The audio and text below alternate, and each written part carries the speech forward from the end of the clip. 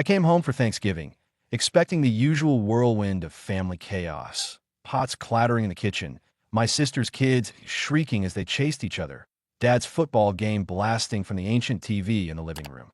Instead, the house was a mausoleum. No laughter, no waft of overcooked pumpkin pie, no cousins bickering over who got the bigger slice of pie. Just a single bulb flickering in the dining room, casting jagged shadows, and the faint, wavering hum of an old gospel hymn. I dropped my duffel bag by the door, the thud echoing like a gunshot in the stillness. "Hello," I called, my voice slicing through the quiet, sharper than I meant. The humming stopped abruptly. "In here, darlin'," came a soft, familiar reply, threaded with weariness. I followed the sound, my work boots heavy on the scuffed hardwood, and found Aunt May at the dining table alone. She was picking at a plate of cold mashed potatoes and limp green beans, her silver hair half-pinned, loose strands dangling like she'd given up on herself midway through. "Where's everybody?" I asked, my eyes darting to the empty chairs, the untouched place settings. She didn't look up, just slid a folded scrap of paper across the table with a hand that trembled faintly, like a leaf caught in a breeze. I hesitated, a knot tightening in my gut, then snatched it up. My brother Derek's sloppy handwriting glared back at me.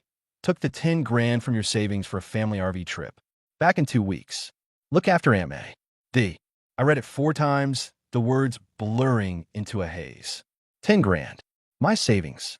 The money I'd scraped together over 3 years, working doubles at the nursery, skipping dinners, driving Uber on weekends, all for a down payment on a truck to launch my landscaping business. Gone. For an RV trip. I collapsed into a chair, the wood creaking under my weight. Aunt May finally met my gaze, her eyes cloudy but sharp, like she could see straight through to the storm brewing inside me. "They left yesterday," she said, her voice low, almost a whisper. "Didn't even tell me till they were tossing bags in the car." I couldn't speak. My chest felt like it was being crushed by an invisible weight. "They said you wouldn't mind," she added, folding her napkin into a tight, precise square. "Said you'd understand, 'cause it's family." I let out a laugh, bitter and jagged, that made her flinch. Understand? They didn't ask, didn't call, just plunder my account and abandon Aunt May with a fridge full of leftovers and a note like I was their damn caretaker. She reached across the table, her fingers cold and frail on my wrist. "We'll fix this, Tommy. You and me." I nodded, but inside, something was shifting, something raw and molten, like a blade being forged in fire. I wasn't just angry. I was done. The house felt like a stranger without the Thanksgiving clamor. The turkey sat abandoned in the oven, half-cooked, its juices pooling like a crime scene. I turned it off, the blast of heat hitting my face as I yanked open the door. Aunt May stayed at the table, humming that same hymn again, her fork scraping the plate in slow, deliberate strokes. I didn't know what to say, so I grabbed a beer from the fridge, the bottle sweating in my hand, and sat across from her. "When did they start planning this?" I asked, twisting the cap off with more force than needed. She sighed, setting her fork down with a soft clink. "Months back." Derek kept yammering about making memories. Said the kids needed a big adventure before they got too old for family trips. She paused, her lips thinning into a hard line. "I didn't know they were using your money till last night. Overheard him on the phone with your mom, laughing about how you'd never notice." My mom. Of course she was in on it. She'd always been Derek's cleanup crew, ever since we were kids. He'd smash the neighbor's mailbox, she'd pay for it. He'd flunk out of community college, she'd call it exploring his options. And me? I was the one who stayed quiet, worked sunrise to midnight at the nursery, saved every penny while they treated my wallet like their personal ATM. The reliable one. The idiot. I pulled out my phone and opened the family group chat. Nothing. Not a single message since Derek's text a month ago. "Send the money to Mom's Venmo, Tommy. It's for the kids' school stuff." School stuff. Right. I scrolled back further, my thumb trembling. Messages from Mom. "You're doing so well, Tommy. We're so proud." From Derek. "Just need a little help, bro. I'll square it soon." Lies, every single one. Aunt May watched me, her eyes narrowing like she could read my thoughts. "You're not going to call them, are you?" she asked, her voice firm. I shook my head. "No point. They're not sorry." She nodded, like she'd expected it. "Good. They don't deserve your words." That night, I couldn't sleep. The guest room smelled of mothballs and regret, the mattress sagging under me. I kept seeing that note, Derek's careless scrawl burning into my brain. 10 grand. My future. At 4 in the morning, I gave up and started digging. The family computer sat in the den, an ancient Dell that groaned like it was in pain when I turned it on. Derek's password was still RangerFan92 from high school. Moron. His email was a jackpot. Receipts for the RV rental, campsite reservations in Colorado, a deposit for a deluxe adventure package with whitewater rafting and guided hikes. $9,500 wired from my savings account to a travel agency. The transfer was dated 5 days ago, authorized by Mom's login. I printed everything, my hands shaking so bad I nearly broke the printer's paper tray. By dawn, I had a stack of evidence and the faint outline of a plan. Aunt May found me in the den, still hunched over the desk, surrounded by papers. She didn't ask what I was doing, just handed me a mug of coffee, black and bitter, and said, "Your granddad kept records in the attic. Might be worth a look." I followed her up the creaky stairs, the air thick with dust and faded memories. We spent hours sorting through cardboard boxes, bank statements, old checks, a leather-bound ledger Aunt May had kept when she managed the family's finances after Granddad's stroke. By noon, we'd uncovered trail. Derek had been skimming her savings for years, small withdrawals. 50 here, 200 there, adding up to 4 grand. He said it was for emergencies, she whispered, staring at a canceled check with her signature, forged in Derek's jagged hand. I trusted him. I hugged her, wrapping my arms around her, her frail shoulders trembling. Not anymore, I said, my voice steady despite the rage boiling inside. They came back on a Sunday, the gravel driveway crunching under their tires like they were returning conquerors. I heard them before I saw them. Derek's loud, grating laugh, Mom's voice whining about the campsite's spotty Wi-Fi, the kids griping about their dead tablets and empty snack bags. Aunt May and I were in the living room, waiting, a battlefield set. I'd arranged my laptop on the coffee table, papers stacked neatly beside it, each one a loaded round. Aunt May sat in her old recliner, hands folded in her lap, her face unreadable, like a general before a siege. The front door swung open, and Derek strode in, sunburned and smug, his trucker hat cocked to one side. "Jill, film me. You keep the place standing." He dropped a duffel bag by the couch, not sparing Aunt May a glance. Mom followed, her sunglasses perched on her head like she was auditioning for a Real Housewives spinoff. "This place is a disaster," she said, kicking off her sandals, leaving them sprawled on the rug. "Couldn't you at least vacuum?" My sister, Jenna, came in last, her 2 kids trailing behind, already begging for chips or soda. I stood, slow and deliberate, my boots planted firm. "Sit," I said, my voice flat, cutting through their chatter like a blade. Derek raised an eyebrow, but flopped onto the couch, sprawling like he owned it. Mom perched on the armrest, her frown deepening. Jenna hesitated, then sat, pulling her kids close, sensing the shift in the air. I hit a key on the laptop, and the screen flared to life with a spreadsheet, rows and columns of numbers glaring back. "This," I said, pointing, "is every transaction from my savings account for the last 6 months, including the 10 grand you stole." Derek's smirk vanished, his face tightening. "Stole? Come on, man, it was a loan." "A loan," I snapped, tossing the note onto the table, where it landed like a grenade. "This says you took it. No ask, no terms. You go to my account for your damn RV joyride." Mom let out a sharp, nervous laugh. "Tommy, you're being so dramatic. We'll pay you back." "When?" I shot back, my voice rising. "After your next casino run? Or when Jenna needs another emergency loan for her car payment?" Jenna flushed, her eyes dropping to the floor. I opened another file, screenshots of Derek's emails, bank transfers, a text from Mom to him. "Tommy won't check the account till next month. Just take it." The room went silent, the air thick. Aunt May spoke, her voice like tempered steel. "You didn't just steal from him. You stole from me. For $1,000. My savings." Derek's jaw went slack. "That was for the kids," he stammered, his voice weak. "Bull," I said, clicking to a new tab. A voice recording started, Jenna's husband, Mike, from 3 nights ago, drunk and spilling his guts on our porch. "I told Derek it was wrong, man. But he said you'd roll over like always. Said you're too soft to push back." Jenna gasped, her hand flying to her mouth. Derek lunged for the laptop, but I slammed it shut, stepping in front of it. "Sit," I said, and he froze, maybe seeing something in my eyes he didn't recognize, a hardness he'd never faced. I opened one last file, an email draft, addressed to the state's financial crimes unit, the county sheriff, and 3 local news stations. "You've got 3 days," I said, my voice level. "Return every cent, or this goes out." Mom's sunglasses clattered to the floor, her face pale. "You wouldn't," she whispered. I leaned in, my voice low, lethal. "Try me." They didn't believe me at first, thought I was bluffing, banking on the old Tommy who'd always backed down, who'd nodded and paid and swallowed their excuses. Derek stormed out, cursing under his breath, kicking the doorframe on his way. Mom left voicemails, her voice thick with crocodile tears. "We're family, Tommy. How could you do this to us?" Jenna sent frantic texts at 2 in the morning. "I didn't know, I swear. Please don't ruin us." I didn't respond. Aunt May and I spent those 3 days fortifying our position, building an airtight case. I called a lawyer, Paul, a grizzled guy who'd helped a buddy with a fraud case. He read my evidence, loud a low whistle, and said, "You've got them dead to rights, kid." He drafted cease and desist letters, a formal demand for restitution, and started prepping a civil suit. Aunt May dug deeper, pulling out more damning proof.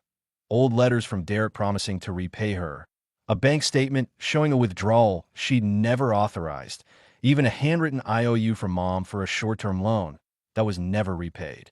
On the second day, I sent the email. Every document, every recording, every scrap of evidence, filed with the state authorities and copied to a reporter at the county paper who'd been sniffing around for a juicy story. By nightfall, my phone was a war zone. "Derek, you're a traitor, you piece of shit." "Mom, you're tearing this family apart over money?" "Jenna, please, Tommy, stop this." I turned it off, the silence a relief. The next morning, the story broke like a dam bursting. Local family accused of stealing thousands, abandoning elderly aunt. It spread like wildfire. Facebook, Twitter, a Reddit thread that racked up 4,000 upvotes in hours. Derek's boss hauled him into a closed-door meeting, his job hanging by a thread. Mom's book club dropped her like a bad habit, their group chat going silent. Jenna's kids came home from school crying, kids whispering about their thief mom. That afternoon, Mom showed up at the house, eyes red and puffy, clutching a check for $5,000. "This is all we have right now," she said, her voice trembling. I took it, handed it to Aunt May without breaking eye contact.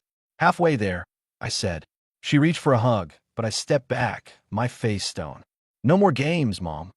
By evening, Derek sent a Venmo payment, $2,000, with a memo that read, "Happy now, asshole?"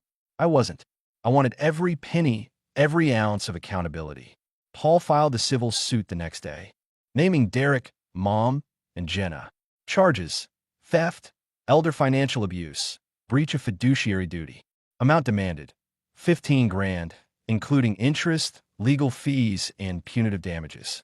Jenna cracked first, sending $3,000 in installments, each payment paired with a tearful voicemail I deleted without listening. Derek held out longest, cocky as ever, but his boss gave him an ultimatum: pay up or get canned. On day 5, he sent the final $2,000 via cashier's check. No note, no apology. Aunt May and I sat at the dining table that night, the money accounted for, the weight of it heavy between us. "What now?" she asked, her voice soft, searching. I looked at her, really looked, saw the woman who'd patched my scraped knees, taught me to tie a fishing knot, believed in me when no one else bothered. "Now," I said, "we live on our terms." The money was back, but the wounds weren't healed. I used $3,000 to lease a small lot on the edge of town, a scrappy patch of dirt with big potential for my landscaping business. 2 more went to Aunt May's medical bills. She'd been skipping her heart meds, cutting pills in half to stretch them, too proud to tell me. The rest we split, half into a trust for her, locked tighter than a bank vault, half into a new account for me, untouchable by anyone with my last name. The house felt lighter, like it could breathe again, but the ghosts of their betrayal lingered in the corners. Derek stopped showing up, his absence louder than his laugh ever was. Mom sent passive-aggressive Christmas cards, no apologies, just Bible verses about forgiveness scrawled in her loopy cursive. Jenna up and moved to Ohio, claiming she needed a fresh start, with her kids. I didn't miss them. I was too busy building something real, something mine. My first client was a neighbor who'd read the article and liked my nerve.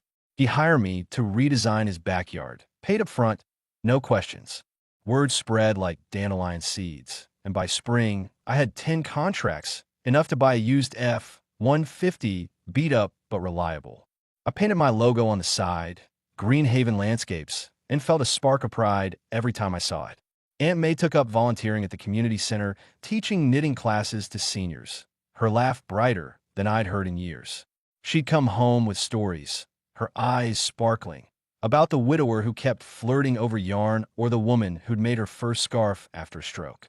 One afternoon, we were at the diner, splitting a plate of onion rings, the grease staining our napkins, when a woman approached, maybe 60, with kind eyes and a hesitant smile. "You're the guy from news, right?" she asked. I tensed, ready for judgment, but she leaned in. "You stood up for your aunt. That's rare. My brother pulled the same stunt with our mom's savings. I wish I'd had your guts." She squeezed my shoulder and walked off. Aunt May grinned, dunking a ring in ketchup. "You didn't just get the money back, Tommy," she said. "You gave people hope." I nodded, my throat tight. It wasn't about the cash anymore. It was about standing tall when they expected me to kneel, about proving I wasn't the pushover they'd banked on. I didn't need their calls, their fake tears, their grudging approval. I had Aunt May, my work, my own damn spine. That was more than enough. The fallout didn't stop at the money or the family. The article grew legs, leaping from local news to regional outlets, then landing in a podcast about family betrayals that racked up 60,000 downloads in a week. Strangers started recognizing me. At the hardware store, the gas station, even the DMV. "You're the guy who fought for his aunt, right?" they'd say, some offering a quick nod, others a firm handshake. A retired electrician buying sod at my lot told me his daughter had drained his 401k for her startup. "Your story pushed me to hire a lawyer," he said, his voice gruff. "Got half back last month." I mumbled a thanks, unprepared for the weight of it. This wasn't just my fight anymore. It was a signal flare for others. Aunt May felt the ripple too. She'd get stopped at the market, people thanking her for not staying quiet. "You're stronger than I was," a woman told her in the frozen foods aisle, her voice cracking. "My kids took my house, and I didn't fight." Aunt May hugged her, right there by the peas, and said, "It's not too late, hon." At home, we'd talk about it over decaf, marveling at how our story had become a lifeline. But not everyone was inspired. Derek, Mom, and Jenna didn't just fade. They scrambled to rewrite the script. Derek launched a blog, Family Truth Unveiled, claiming I'd fabricated the whole thing, painting himself as the victim of a vindictive sibling. It got 100 views before comments shredded it, linking back to the article and bank records I'd leaked. Mom joined a church group, playing the wounded matriarch, telling anyone who'd listened that her troubled son had manipulated poor Aunt May in her frail state. The pastor called me, asking for context. I emailed him the evidence, screenshots, recordings, the forged checks. He never followed up. Jenna was slicker, starting an Instagram under a pseudonym, posting about healing from toxic family, with filtered selfies and quotes about letting go. Someone clocked her in a photo, and the comments erupted. "This you? Stealing from your brother and aunt?" She deleted it in hours. Their lies couldn't hold, not with the truth carved in stone and broadcast to the world. I wasn't sitting still either. The landscaping business took off faster than I dreamed. By summer, I had 15 clients, residential yards, a church garden, even a small park contract. I hired 2 employees, Luis, a quiet high school grad with a knack for design, and Sarah, a single mom who could wrangle a hedge trimmer like a pro. I taught them everything: how to layer soil for drainage, sculpt shrubs without killing them, create spaces that felt alive.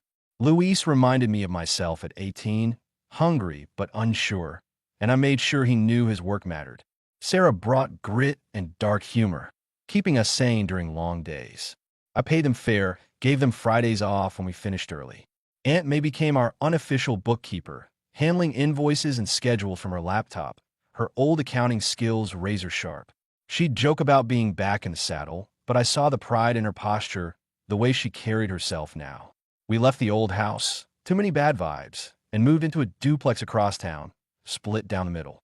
My half was sparse: a secondhand couch, a bed, a few potted ferns I propagated. Aunt May's was a museum of her life. Framed photos of her and Granddad on their honeymoon, her knitting baskets, a quilt she'd stitched in the 70s, all arranged with care. She called it her sanctuary, and it fit. One evening, she made her famous meatloaf, the kind that could make you cry, and we ate on the porch, fireflies blinking in the dusk. "You ever think about forgiving them?" she asked, her voice sudden, piercing. I chewed slowly, the question like a stone in my chest. "Forgiveness doesn't mean letting them back in," I said finally. "They haven't earned either." She nodded, her eyes on the horizon. "Fair. Just don't let their poison take your heart, too." That landed hard. I'd been so focused on the fight, I'd almost forgotten what peace could feel like. But there, with her, the crickets singing, I felt it, a quiet strength, a certainty that I was enough. The legal battle didn't end with the money. Paul, my lawyer, went for blood, filing a motion to freeze Derek's accounts until an audit could confirm he hadn't hidden other thefts. It uncovered another $2,000 he'd siphoned from Aunt May's old investment account, plus a sketchy loan to a buddy that never came back. He was forced to repay it all, with interest totaling $3,000. Mom and Jenna faced heat too. Paul found a joint account they'd used to shuffle some of the stolen funds, and the bank flagged it for fraud. They dodged criminal charges by a hair, but the state hit them with hefty fines and mandatory financial counseling, a public slap. Derek wasn't so lucky. His boss fired him after the audit hit the news, and his job hunt crashed when employers Googled his name. Last I heard, he was in a smaller town, patching drywall for cash. Mom sold her flashy SUV to cover the fines, a car she bought with mystery funds 2 years back. Jenna's marriage to Mike imploded. He blamed her for dragging him into the scandal, and she didn't contest the divorce, moving away with her kids. I didn't gloat. I didn't pity them either. They'd forged their own chains. Meanwhile, I was unshackled. I took Aunt May on a road trip to a botanical garden in Virginia she'd always wanted to see. We wandered the paths, her leaning on a cane, but grinning like a kid, naming flowers she'd grown in her 20s. Lupins, foxgloves, black-eyed Susans. "This beats any RV," she said, patting my arm. I laughed, realizing I hadn't thought of Derek or the others in weeks. They were fading, like a bruise you forget until it's gone. The community kept surprising me. A local high school asked me to speak at their career day, not about landscaping, but about standing up to betrayal. I was a wreck, stumbling through my notes, but the kids leaned in, eyes wide, some asking questions that cut to the bone. "How do you know when families cross the line?" I told them the truth. When their actions hurt more than their apologies heal, when trust becomes a weapon. A teacher pulled me aside after, said my talk had pushed a student to report her uncle for stealing her college fund. I wasn't ready for that. I wasn't a hero, just a guy who'd hit his limit. But it felt like the fight was alive, sparking courage in others. Aunt May started a support group at the community center for seniors scammed by family. She didn't dwell on our story, but her presence, steady, kind, unbroken, drew people like moths. A retired carpenter shared how his son had borrowed his pension for a failed bar. Aunt May helped him file a claim, and he recovered a third of it. "You're a firecracker," he told her, and she blushed, giggling like she was 16. Seeing her light up, I realized this was bigger than us. It was about every person who'd been used, dismissed, silenced, finding their voice because we'd found ours. 2 years later, I was at the lot, designing a community garden for the town, pro bono, my way of giving back when Kelly called. Jenna's old friend had turned her cupcake shop into a full-fledged bakery, even snagged a regional award for her lemon tarts. "I'm throwing a grand opening," she said, her voice bright. "You and Aunt May gotta come." We did, driving 3 hours to her storefront, decked out with fairy lights and packed with locals. Kelly hugged us tight, her apron dusted with flour. "You changed my life," she whispered to me. Show me I could walk away from toxic. I didn't know what to say, just squeezed her hand. Aunt May bought 24 cupcakes, insisting they were for the road, though we ate half in the car. On the drive back, she turned to me, her eyes soft in the dashboard glow. "What would your granddad think of all this?" she asked. I pictured him, gruff, loyal, the man who'd taught me to plant seeds and keep my word. He'd say we did him proud, I said, my voice steady. She nodded, satisfied, and we drove on, the stars blazing above. Derek, Mom, Jenna, they were ghosts now, their names barely a murmur in my world. I'd built a life, not just with work or money, but with truth, with people who saw me, with a heart no one could touch. As I locked the duplex door that night, the quiet wasn't heavy anymore. It was clean, alive, like the first breath after a long dive. I wasn't running, not from them, not from myself. I was home, not a place, not a past, but me. I was home, and nothing could take that away. So, what did you make of Tommy and Aunt May's epic fight for justice? Gripping, isn't it? If their story hit home, give us a like, subscribe, and tap that bell to catch our next tale of resilience. Leave a comment. Would you have stood your ground like Tommy? Want to know.